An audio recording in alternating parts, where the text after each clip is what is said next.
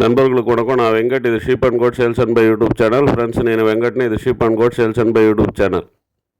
நண்பர்களே, நம்முடைய இந்த சேனலில் செம்மறியாடு வெள்ளாடு தொடர்பான பதிவுகளை தான் நம்ம போட்டு வரோம். உங்களுடைய விற்பனை பதிவு நம்ம சேனலில் இடம் பெறணுன்னா நீங்கள் செய்ய வேண்டியதெல்லாம், நீங்கள் எதை விற்க போகிறீங்களோ அதை தெளிவாக 2 நிமிஷத்துக்கு குறையாமல் ஒரு வீடியோவாக பதிவு பண்ணி மேலே ரைட் கார்னரில் ஸ்க்ரீனில் தெரிகிற என்னுடைய மொபைல் நம்பருக்கு வாட்ஸ்அப் பண்ணிவிடுங்க. அது கூட அது சம்மந்தமான தகவல்களையும் தெளிவாக டைப் பண்ணி அனுப்பிவிடுங்க. உங்களுடைய விற்பனை பதிவு நம்ம சேனலில் அப்லோட் ஆகும். நான் நிறைய முறை சொல்லி கூட பல நண்பர்கள் ஹரிஜான்டலாக பிடிக்காமல் வெர்டிகலாக பிடிச்சி எடுத்து அனுப்பிச்சிடுறீங்க. அதாவது குறுக்கு வாக்கில் பிடிக்காமல் நீள வாக்கில் பிடிச்சி வீடியோ எடுத்து அனுப்புகிறீங்க. அந்த மாதிரி வீடியோக்கள் யூடியூபுக்கு ஃபிட் ஆகாது. அதனால் ஹரிஜான்டலாக பிடிச்சி வீடியோ எடுங்க. கூடவே சரியான தகவல்களை டைப் பண்ணி போட்டிருங்க. உங்கள் வீடியோ கண்டிப்பாக அப்லோட் ஆகும். இந்த வீடியோவில் நம்ம என்ன பார்க்க போகிறோன்னா, கூடூர் சந்தையில் வளர்ப்பு குட்டிகளை வாங்கும்போது நம்ம கவனிக்க வேண்டிய விஷயங்களை பற்றி பார்க்க போகிறோம். நெல்லூர் குட்டிகளுக்கும் ஒங்கோல் குட்டிகளுக்கும் இருக்கக்கூடிய வித்தியாசத்தை பார்க்க போகிறோம். சரி, வாங்க வீடியோக்குள்ளே போகலாம். வீடியோக்குள்ளே போகிறதுக்கு முன்னாடி நீங்கள் இது வரைக்கும் நம்ம சேனலை சப்ஸ்கிரைப் பண்ணலன்னா சப்ஸ்கிரைப் பண்ணிங்க. பக்கத்தில் இருக்கிற பெல் பட்டனை கிளிக் பண்ணி அதில் ஆளுன்றதை எனேபிள் பண்ணிங்க. அதில் ஆளுன்றதை எனேபிள் பண்ண உடனே இந்த மாதிரி பேஜ் வரும். இந்த பேஜை ஸ்க்ரீன்ஷாட் எடுத்து எனக்கு வாட்ஸ்அப்பில் அனுப்பி வச்சுருங்க. உங்களை வாட்ஸ்அப் ப்ராட்காஸ்டிங் குரூப்பில் நான் ஆட் பண்ணிடுறேன். அது உங்களுக்கு யூஸ்ஃபுல்லாக இருக்கும் நண்பர்களே. முதல்ல கூடூர் சந்தையில் குட்டிகள் வாங்கும்போது கவனிக்க வேண்டிய விஷயங்களை பற்றி பார்த்துடலாம். கூடூர் சந்தையில் 2 விதமான வளர்ப்பு குட்டிகள் நமக்கு கிடைக்கும். ஒன்று நெல்லூர் குட்டிகள், 2வது ஒங்கோல் குட்டிகள். இதில் நீங்கள் ஒங்கோல் குட்டிகள் எடுக்கணும்னு நினச்சிங்கன்னா வியாழக்கிழமை நைட்டு 1 மணிக்கெல்லாம் நீங்கள் வந்துடணும். அதுவே நீங்கள் நெல்லூர் குட்டிகளை தான் எடுக்க போகிறீங்கன்னா காலையில் ஒரு 5 மணி டைமில் வந்தால் கூட போதும். ஏன் அப்படி சொல்கிறேன்னா, கூடூர்லேருந்து ஒங்கோல்ன்றது ஒரு 150 கிலோமீட்டருக்கு மேலேயே வரும். அதனால் அந்த பகுதியிலேருந்து வர்றவங்கெல்லாம் வியாழக்கிழமை ஈவினிங்கே கிளம்பிடுவாங்க. நைட்டு ஒரு 10 மணிலேருந்தே வண்டிங்க கூடூர் சந்தைக்கு வர ஆரம்பிக்கும். ஒரு 1 மணிக்கெல்லாம் பார்த்தீங்கன்னு சொன்னால் ஏறக்குறைய 95% வண்டிங்க வந்துடும். நம்ம வண்டிகள்லேயே பேசி எடுத்துக்கலாம். ஒரு சிலர் கமெண்ட்டில் கூட சொல்லியிருக்காங்க, வெயிட் பண்ணி காலையில் எடுக்கும்போது விலை குறையும்னு சொல்லிட்டு. என்னுடைய அனுபவத்தில் பார்த்திங்கன்னா, வெயிட் பண்ணி காலையில் எடுக்கும்போது கண்டிப்பாக விலை கூட தான் செய்யுது. இது வரைக்கும் அந்த மாதிரி எக்ஸ்பீரியன்ஸாக எனக்கு இருக்குது. ரொம்ப ரேராக எப்போவாவது மட்டும்தான் அந்த மாதிரி நடக்கும். ஆனால் இந்த நெல்லூர் குட்டிகள் பார்த்திங்கன்னா, கூடூர், வெங்கடகிரி, நெல்லூர்னு சொல்லிட்டு இந்த பகுதிகளிலேருந்து வர்றதுனால இந்த குட்டிகள் எல்லாமே லேட்டாக தான் வரும். அதனால தான் காலையில் ஒரு 5 மணிக்கு வந்தால் கூட போதும் அப்படின்னு சொல்கிறேன். நெல்லூர் குட்டிகளை பொறுத்த வரைக்கும் நீங்கள் வெயிட் பண்ணி வாங்கினீங்கன்னா விலை குறையறதுக்கான வாய்ப்பு இருக்குது. ஆனால் ஒங்கோல் குட்டிகளை 1 மணி 2 மணின்னு சொல்லிவிட்டு காலையில் முன்னாடியே எடுத்துறது தான் பெஸ்ட்டு. அப்புறம் குட்டிகளை எடுத்துட்டிங்கன்னு சொன்னால் அவங்க வண்டியிலேருந்து உங்கள் வண்டிக்கு மாற்றும் போது எச்சரிக்கையாக இருக்கணும். குட்டிகளை மாற்றிடுறதுக்கான வாய்ப்பு இருக்குது. எல்லோரும் அப்படி செய்ய மாட்டாங்க, நல்லவங்களும் இருக்க தான் செய்கிறாங்க. இருந்தாலும் கூட இந்த மாதிரி குட்டிகளை மாற்றுறதும் அங்கே நடந்துட்டு தான் இருக்குது. அப்புறம் குட்டிகளை நம்ம விலை பேசி அட்வான்ஸ் கொடுத்துருந்தா கூட குட்டிகள் கூடவே இருக்கணும். நம்ம தான் வாங்கிட்டுமே அப்படின்னு சொல்லி வேறு குட்டிகளை பார்க்கலான்னு சொல்லிட்டு எல்லோரும் போயிட்டிங்கன்னா அப்போவும் மாற்றத்துக்கான வாய்ப்பு இருக்குது. நம்ம வண்டி வந்த பிறகு நம்ம வண்டியில் மாற்றிட்டு டிரைவரையோ அல்லது வேறு யாரையாவதோ பின்னாடி நிற்க வச்சுட்டு போனோம். அவர் முன்னாடி உட்காந்துட்டு இருந்தாலும் கூட பின்னாடி இருக்கிற குட்டிகளை எடுத்துறதுக்கான வாய்ப்பு இருக்குது. அதனால் பின்பக்கமாக குட்டிகள் கூடவே ஒரு ஆள் இருக்கணும். அதுக்கப்புறம் தான் நம்ம அடுத்த குட்டிகளை பார்க்குறதுக்கு போகணும். குட்டிகளை லாட்டாக எடுக்கும்போது விலை குறையிறதுக்கான வாய்ப்பு இருக்குது. ஒரு வண்டியில் ஒரு 50 குட்டி இருக்குது அப்படின்னு சொன்னால் மொத்தமாகவோ அல்லது அதில் ஒரு 10 5 கழிச்சிட்டு 40 45ன்னு சொல்லி நம்ம எடுக்கும்போது விலை குறையிறதுக்கான வாய்ப்பு இருக்குது. குட்டிகள் சின்னதாக இருக்கும்போது கண்டிப்பாக தீவிர செலவு கூட கம்மி தான். அதனால் கொஞ்ச நாள் வளர்த்துட்டு அதில் பெஸ்ட்டாக இருக்கக்கூடிய குட்டிகளை செலக்ட் பண்ணி எடுத்துகிட்டு மீதி இருக்கிறத கறிக்காகவோ அல்லது வளர்ப்புக்காகவோ நம்ம கொடுத்துடலாம். லாங்லேருந்து வரவங்க அங்கேருந்தே வண்டி எடுத்துகிட்டு வராமல் இங்கே வந்து வண்டி பேசிக்கிறது நல்லது. அல்லது நமக்கு சொல்லிவிட்டு மினிமம் அமௌண்ட்டை நீங்கள் அட்வான்ஸாக போட்டிங்கன்னா நம்ம வண்டியை புக் பண்ணி வச்சிடலாம். இன்கேஸ் நம்ம குட்டிகள் செட் ஆகாதப்போ நம்ம ரிட்டர்ன் வாங்கிக்கலாம். இங்கே இருக்கிற வண்டிகள் எல்லாமே டபுள் ஸ்டெப் வண்டிகள், பெரிய சைஸாக இருக்கும். கொஞ்சம் பாடியை வளர்த்து வச்சுருப்பாங்க. கொஞ்சம் மீடியம் சைஸாக இருந்தால் 60-70 குட்டிகள் வரைக்கும் போடலாம். பொடி குட்டியாக இருந்தால் 100 குட்டிகள் கூட போடலாம். பெரிய வண்டிகளாக இருக்கும். பக்ரீத் பர்பஸ்க்காக குட்டிகளை எடுக்கணும்னு நினைக்கிறவங்க இந்த வாரம் இல்லைன்னா அடுத்த வாரம், அதாவது இந்த பெரட்டாசியிலே எடுத்துடுறது பெட்டராக இருக்கும்னு நினைக்கிறேன். மழை காலங்களில் விலை குறையுமானா குறையும். விலை குறைஞ்சிருக்குன்னு சொன்னாவே ஏதோ பிரச்சனை இருக்குதுன்னு தான் அர்த்தம். அதனால் மழை காலங்களில் எடுக்கிறது அவ்வளோ சரி கிடையாது.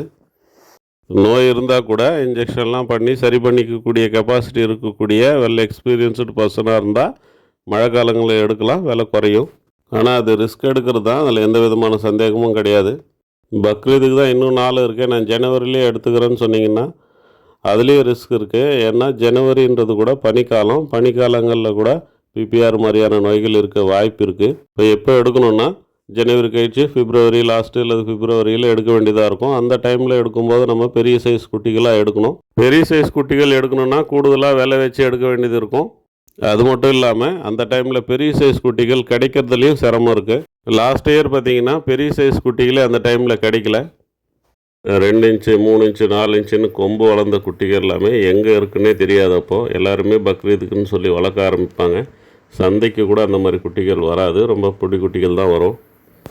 குட்டிகள் கொஞ்சம் சின்ன சைஸ் இருந்தாலும் கூட குவாலிட்டியாக இருந்தால் நம்ம தாராளமாக எடுக்கலாம். சில நேரங்களில் நம்ம 20 கிலோவுக்கு மேலே இருக்கிற குட்டிகள் தான் எடுக்கணும்னு சொல்லி வந்திருப்போம். ஆனால் அங்கே இருக்கிறது பார்த்திங்கன்னா 16-17 கிலோ குட்டிகளாக இருக்கும். ஆனால் அந்த குட்டிகள் ரொம்ப குவாலிட்டியாக இருக்கும். அந்த மாதிரி சந்தர்ப்பங்களில் நம்ம அந்த குட்டிகள் எடுத்தோம்னா குயிக்காக வந்துடும். அது 20 கிலோ 22 கிலோலாம் வர்றது ரொம்ப பெரிய விஷயம் இல்லை. குட்டிகள் குவாலிட்டியாக இருக்கும்போது ஒரு மாதத்துக்குள்ளேயே 5 கிலோ 6 கிலோ வெயிட் ஏறதுக்கான வாய்ப்பு இருக்குது. அதே மாதிரி தான் நீங்கள் சின்ன குட்டியாக எடுக்கணும்னு சொல்லி வந்திருப்பீங்க. அதாவது ஒரு 15 கிலோவில் எடுக்கணும்னு சொல்லி வந்திருப்பீங்க. அங்கே பார்த்திங்கன்னா ஒரு 17-18 கிலோ குட்டிகளாக இருக்கும். அப்போது நம்ம குவாலிட்டியை தான் பார்க்கணும். 15 கிலோ குட்டிகள் குவாலிட்டியாக இல்லாதப்போ நம்ம 17 கிலோ 18 கிலோ குட்டிகள் குவாலிட்டியாக கிடைக்குதுன்னா 10 ரூபா போனாலும் அந்த குட்டியை தான் எடுக்கணும். குவாலிட்டியாக இருக்கக்கூடிய குட்டிகளை மட்டும்தான் நம்ம எடுக்கணும். குவாலிட்டி இல்லாத குட்டிகள் கண்டிப்பாக அது நமக்கு பிரச்சனைகளை கொடுக்கும், லாபத்தை தராது. பக்ரீத்துக்கெல்லாம் குட்டிகள் எடுக்கணும்னு நினைக்கிறவங்க குட்டிகள் தோரணையாக நல்லா இருக்கான்னு பார்க்கணும். கொம்பு 1 இன்ச்சு 2 இன்ச்சாவது வந்திருக்கணும். நம்ம எடுக்கிற சைஸை பொறுத்து அதுக்கேற்ற அளவுக்கு கொம்புகள் வெளியில் வந்திருக்கும். ரொம்ப சின்ன குட்டியாக எடுத்தால் கூட நம்ம கை வச்சு பார்த்தா கொம்பு வெளியில் வந்திருக்கணும். அதுக்கப்புறம் கால் பெண்டு இருக்கான்னு பார்க்கணும். முன்னங்காலாக இருந்தாலும் சரி பின்னங்காலாக இருந்தாலும் சரி பெண்டு இருக்கான்னு பார்க்கணும். பெரும்பாலும் முன்னங்காலில் பெண்டு இருக்கும். பெண்டு இல்லைன்னு சொன்னால் ப்ராப்ளம் இல்லை. பெண்டு இருக்கிற குட்டியை நம்ம ஒதுக்கி தான் எடுக்கணும். அப்படி நம்ம ஒதுக்கும்போது விலை கூடுதலாக சொல்லுவாங்க. அதனால தான் நான் சொல்கிறது, லாட்டாக எடுத்துகிட்டு பக்ரீத்துக்கு செட் ஆகிற குட்டிகளை மட்டும் ஒதுக்கின்னு மீதியெல்லாம் மட்டன் யூனிட், அதாவது கறிக்காக குட்டிகளை வளர்க்குற கான்செப்டில் வளர்த்து கொடுத்துட்டோன்னு சொன்னால் நமக்கு விலை கொஞ்சம் கம்மியாக கிடைக்கும். அப்படி மட்டன் யூனிட் பக்ரீத் யூனிட் அப்படின்னு சொல்லிட்டு ரெண்டுத்துக்கும் சேர்ந்த மாதிரி குட்டிகளை எடுக்க வாய்ப்பு வசதி இல்லாதவங்க செலக்ட் பண்ணி தான் எடுக்கணும், வேறு வழி இல்லை. அப்படி நம்ம செலக்ட் பண்ணி எடுக்கும்போது பார்க்க வேண்டிய இன்னொரு விஷயம், காது. நிறைய குட்டிகளுக்கு காது கிழிச்சு வச்சுருக்காங்க. அது அடையாளத்துக்காக கிழிக்கிறாங்க அப்படின்னு சொல்கிறாங்க. அந்த மாதிரி நம்ம காதில் டேமேஜ் இருக்கும்போது பார்த்திங்கன்னா பக்ரீத்துக்கு செட் ஆகாது. அடுத்தது மேல் டெஸ்டிக்கல். அந்த மேல் டெஸ்டிக்கல் பார்த்திங்கன்னா 2 இருக்கணும். நம்ம கை வச்சு பார்க்கணும். சில நேரங்களில் இளங்குட்டிகளுக்கு பார்த்திங்கன்னா நல்லா உள்ளே ஏறிட்டுருக்கும். அதை நல்லா உள்ளே வச்சு நல்லா அழுத்தி பார்த்தோன்னா தெரியும். அது இல்லை, நார்மலாகவே 2 இருக்க வேண்டியது 1 இருக்கும். அந்த மாதிரி 1 இருக்கிறது நம்ம எடுக்கக்கூடாது. பக்ரீத் டைமில் அது சில நேரங்களில் கவனித்தாங்கன்னா அதை எடுக்க மாட்டாங்க. ஒரு சிலர் முதுகில் சுழி இருக்கிறது எடுக்க மாட்டாங்க. ஆனால் இஸ்லாமிய நண்பர்களுக்கு பெரும்பாலும் அந்த மூட நம்பிக்கைகள்லாம் இல்லை. ஸோ அவங்க குர்பானிக்காக குட்டிகளை எடுக்கும்போது அதையெல்லாம் பார்க்க மாட்டாங்க. அதனால் அது ஒரு பிரச்சனை இல்லை. கருப்பு குட்டிகள் கூட வாங்குவாங்க. நிறைய பேர் கருப்பு வேண்டான்னு சொல்லுவாங்க. ஆனால் குர்பானிக்காக கிடாக்கள் எடுக்கும்போது கருப்பு குட்டிகளும் எடுக்கிறாங்க. ஒரு சிலர் எடுக்க மாட்டாங்க, ஆனால் பெரும்பாலும் எடுக்கிறாங்க. அதனால் அதுவும் பிரச்சனை இல்லைன்னு தான் தோணுது.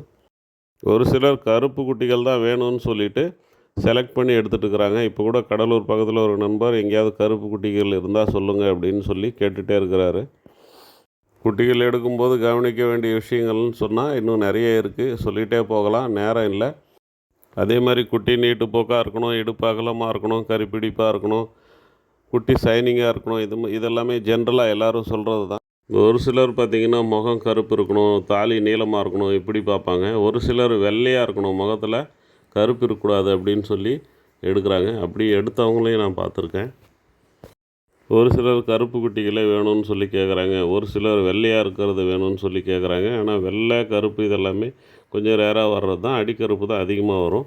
ஸோ அதெல்லாமே அவங்கவுங்களுடைய விருப்பத்தை பொறுத்தது, அவங்கவுங்களுடைய கஸ்டமரை பொறுத்தது.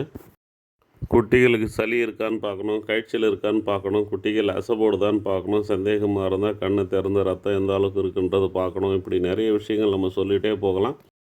நேரம் இல்லாதனால நம்ம இதோட முடிச்சுக்கலாம்.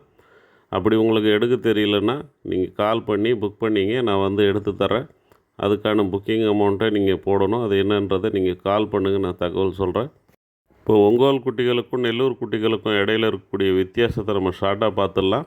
விரிவாக ஏற்கனவே ஒரு வீடியோ போட்டிருக்கேன், பார்க்காதவங்க அதை போய் பாருங்கள். எண்டு ஸ்க்ரீனில் வேணால் அதனுடைய லிங்க்கை நான் கொடுக்குறேன். நெல்லூர் குட்டிகளை கம்பேர் பண்ணும்போது ஒங்கோல் குட்டிகளில் அந்த ஒயிட்னஸ் கொஞ்சம் அதிகமாக இருக்கும். நெல்லூர் குட்டிகளில் அந்த ஒயிட்னஸ் கொஞ்சம் கம்மியாக இருக்கும், ப்ரௌனிஷாக இருக்கும். இப்போ நம்ம பார்த்துட்டு இருக்கிறது ஒங்கோல் குட்டிகள் பாருங்கள் எந்த அளவுக்கு பளிச்சுன்னு இருக்குதுன்னு சொல்லிட்டு. சந்தையில் நம்ம பார்க்குற குட்டிகள் எல்லாமே இந்த மாதிரி இருக்காது. அதாவது ஒங்கோல் குட்டிகள் கூட இந்த மாதிரி இருக்காது. ஆனால் கழுவுனா ஓரளவுக்கு வெள்ளையாக வரும். ஆனால் நெல்லூர் குட்டிகளை என்ன தான் கழுவுனாலும் அந்த அளவுக்கு வெள்ளையாக வராது. காரணம் அதனுடைய இயற்கையான நிறமே ப்ரௌன் கலர் தான். நான் ப்ரௌனுன்னு சொல்கிறது பார்த்திங்கன்னா, நம்ம தமிழ்நாட்டில் மயிலம்பாடி இருக்குது இல்லைங்களா, அதே நிறத்தில் தான் இருக்கும். அதுதான் நான் ப்ரௌனுன்னு சொல்கிறது. மயிலம்பாடின்றது கூட நெல்லுத்துடிப்பிலேருந்து கிராஸ் ஆகி வந்த ப்ரீடு தான். அது ஒரு தனி ப்ரீடாக இந்திய அரசாங்கம் கூட இது வரைக்கும் அங்கீகரிக்கலை. பட்டணன்றது தனி ப்ரீடு கிடையாது, நெல்லுத்துடிப்பி மட்டும்தான் தனி ப்ரீடு. அந்த காலத்தில் நெல்லுத்துடிப்பி தாயாடுகளை வாங்கிட்டு வந்து ராமநாதபுரம் அந்த பக்கத்தில் வளர்த்தாங்க. அங்கே இருக்கக்கூடிய ராமநாதபுரம் வெள்ளைன்னு சொல்கிற அந்த மாதிரியான கிடாக்கள் கூட அது கிராஸ் ஆகி மயிலம்பாடின்ற மாதிரி ஒரு தனி இனம் வந்துருச்சு. ஆனால் அதுவும் இப்போ பார்க்கும்போது நம்ம நெல்லூர் குட்டிகள் மாதிரி தான் இருக்கும். ஆனால் இந்த ஒங்கோல் குட்டிகள் பார்த்திங்கன்னா ஒங்கோல் ஏரியாவில் வளர்கிறது. அந்த இடங்கள்லாம் பார்த்திங்கன்னா கொஞ்சம் மேடான பூமி, சேர் சகதி கொஞ்சம் கம்மியாக இருக்கும். அதனால தான் அங்கே இருக்கக்கூடிய குட்டிகள் வெள்ளையாக இருக்குது. அது வெள்ளையாக இருக்குன்னா அந்த நேரத்துக்கு மட்டும் இல்லை, அது காலங்காலமாக அங்கே வளர்ந்து அந்த ஜீன் அந்த மாதிரியாக க்ரியேட் ஆகிருக்கு, அவ்வளோதான். ரெண்டுமே நெல்லுத்துடிப்பி தான். ஏரியாவை பொறுத்து அதனுடைய ஜீன் மாடிஃபை ஆகிருக்கு. ஒங்கோல் குட்டிகளில் முகம் கருப்பு அதிகமாக இருக்கும். அந்த வெள்ளை நிறத்துக்கும் முகம் கருப்பாக இருக்கிறதுக்கும் அது அழகாக இருக்கும். அதனால தான் இந்த தோரணம் நல்லா இருக்குன்னு சொல்லிட்டு பக்ரீத்துக்கு வந்து அதிகமாக எடுக்கிறாங்க. ஒங்கோல் குட்டிகளில் முன்னங்கால்கள் கனமாக இருக்கும். ஆனால் நெல்லூர் குட்டிகளில் முன்னங்கால்கள் கொஞ்சம் ஒல்லியாக இருக்கும். பின்னங்கால் தொடை பகுதியில் பார்த்திங்கன்னு சொன்னால் முடி வந்து அதிகமாக இருக்கும். ஒங்கோல் குட்டிகளில் முடி அதிகமாக இருக்கும், நெல்லூர் குட்டிகளில் கொஞ்சம் கம்மியாக இருக்கும். நீட்டுப்போக்குன்னு பார்க்கும்போது நான் பார்த்த வகையில் நெல்லூர் குட்டிகளில் தான் கொஞ்சம் நீட்டுப்போக்கு இருக்குது. ஆனால் இடுப்பு அகலன்றது ஒங்கோல் குட்டிகளில் தான் அதிகமாக இருக்குது. வெயிட் கெயினும் நல்லா வர்றதுன்னு பார்த்தா ஒங்கோல் குட்டிகள் தான் வருது அப்படின்னு சொல்கிறாங்க. அதாவது ஒரு 100 கிலோ 80 கிலோ 90 கிலோ வர்றதெல்லாம் பார்த்திங்கன்னா இந்த ஒங்கோல் குட்டிகள் தான் அப்படி வருது அப்படின்னு சொல்கிறாங்க. தரமான குட்டிகளை செலக்ட் பண்ணும்போது ரெண்டுத்துலேயுமே அந்த மாதிரி வர்றதுக்கான வாய்ப்பு இருக்குது. ஆனால் தோரண அழகுன்னு பார்க்கும்போது ஒங்கோல் குட்டிகள் தான் நல்லாயிருக்கும். பக்ரீத் பர்பஸ்க்காக எடுக்கிறவங்க ஒங்கோல் குட்டிகள் எடுக்கிறது தான் நல்லது. கறிக்காக குட்டிகளை எடுக்கிறவங்க எதை வேணாலும் எடுக்கலாம். ஜென்ரலாக பார்த்திங்கன்னு சொன்னால் எது விலை கம்மியாக இருக்கோ, எது தெளிவாக இருக்கோ, குட்டி ப்ராப்ளம் இல்லாமல் இருக்கோ அதை எடுத்துக்கலாம். ஒரு சில சந்தர்ப்பங்களில் நெல்லூர் குட்டிகள் நல்ல தெளிவாக இருக்கும், ஒரு சில சந்தர்ப்பங்களில் ஒங்கோல் குட்டிகள் நல்ல தெளிவாக இருக்கும். இப்போ நீங்கள் பார்த்துட்டு இருக்கிறது நெல்லூர் குட்டி. முகத்தில் வந்து கருப்பு கொஞ்சம் கம்மியாக இருக்கும். அந்த முன்னங்கால்கள்லாம் பாருங்கள் கொஞ்சம் ஒல்லியாக தெரியும். ஸோ இதுதான் நெல்லூர் குட்டி. எங்களுக்கு பார்த்த உடனே அந்த டிஃப்ரெண்ட் தெரியும். புதுசாக பார்க்குறவங்களுக்கு கொஞ்சம் டிஃப்ரெண்ட் கண்டுபிடிக்கிறது கஷ்டம். நெல்லூர் குட்டிகள் கூட சதைப்பிடிப்பாக இருக்கும். இது கொஞ்சம் உடம்பு சரியில்லாமல் இப்போ தான் தேறி இருக்குது, அதனால் அப்படி இருக்குது. மற்றபடி அந்த நீட்டுப்போக்கு, உயரம், சதைப்பிடிப்பு எல்லாமே நல்லாயிருக்கும். கலரில் தான் கொஞ்சம் டிஃப்ரெண்ட்டு. கலரு, அந்த கால், அப்புறம் வந்து முகம், இதுதான் டிஃப்ரெண்ட்டு.